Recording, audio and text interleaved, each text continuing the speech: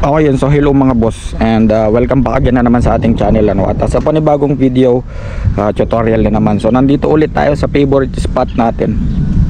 Napakaganda ng panahon at napakaluwang na lugar. Ayun sa kabila nga pala, tubuhan. And dito hindi ko alam kung ano itatanim nila, kung pakwan ba or ano. Well, mabalik tayo sa topic mga boss. Nakaka-overwhelm naman yung mga comment yung mga boss ano. And ang dami nagre-request, so gagawan natin yan ng video lahat yan hanggat kaya natin ano. Yun, so napakarami yun. Maraming salamat nga pala sa inyo ano, dahil dito sa simpleng tutorial natin may natutulungan tayo or nagkakaroon sila ng idea, especially sa mga wala pang motor. Yun, malay nyo hindi man ngayon, hindi man bukas, pero soon baka kayo naman na magkaroon nitong Raider FI. Okay, so mabalik tayo sa topic mga boss. Bali mabilisan lang naman ito. Meron kasi tayong kaibigan na nagtatanong kasi nga manual itong ating Raider ano, namamatayan daw siya kapag may humps and kapag paliko sa kanto. Kahit naman ako na matagal na ako nagmamaneho ng manual, mamatayan din naman ako mga boss. Yan, wala namang perpekto talaga sa pagmamaneho ano. Kahit nga yung professional, mamatayan din yan. Ngayon, ang gagawin nyo lang mga boss para hindi kayo madalas mamatay. For example, tatawid kayo sa humps, huwag kayong magpo-full stop mismo ano. So magtira kayo ng konting momentum.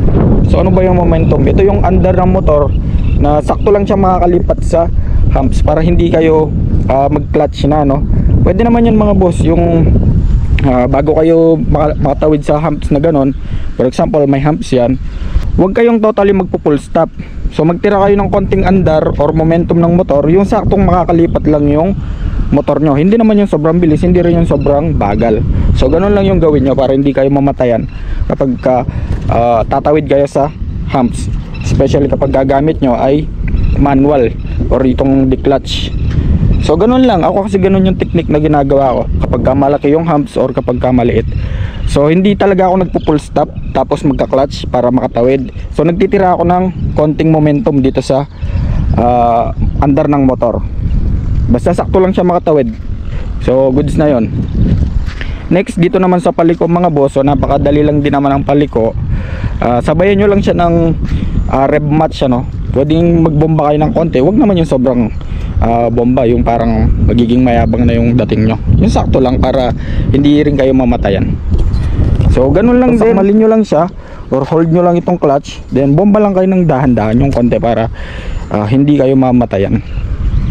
Okay, dito naman mga boss sa ating pagkakambyo ano, sa pag-change ng gear, madalas nangyayari kasi ito no, even sa akin nangyayari din yung pagka pasok mo ng primera, ayun ako primera. Ayun, kapag kapasok mo ng primera, then bibirit ka sa primera, papasok mo ng segunda, mag-neutral siya, no? Akala mo segunda na, hindi mo alam naka-neutral pala. So ang gawin mo, puwersahin mo ng konti kapag ka papasok ka ng segunda kasi dadaan pa yun sa neutral para hindi ka ma-stuck sa neutral.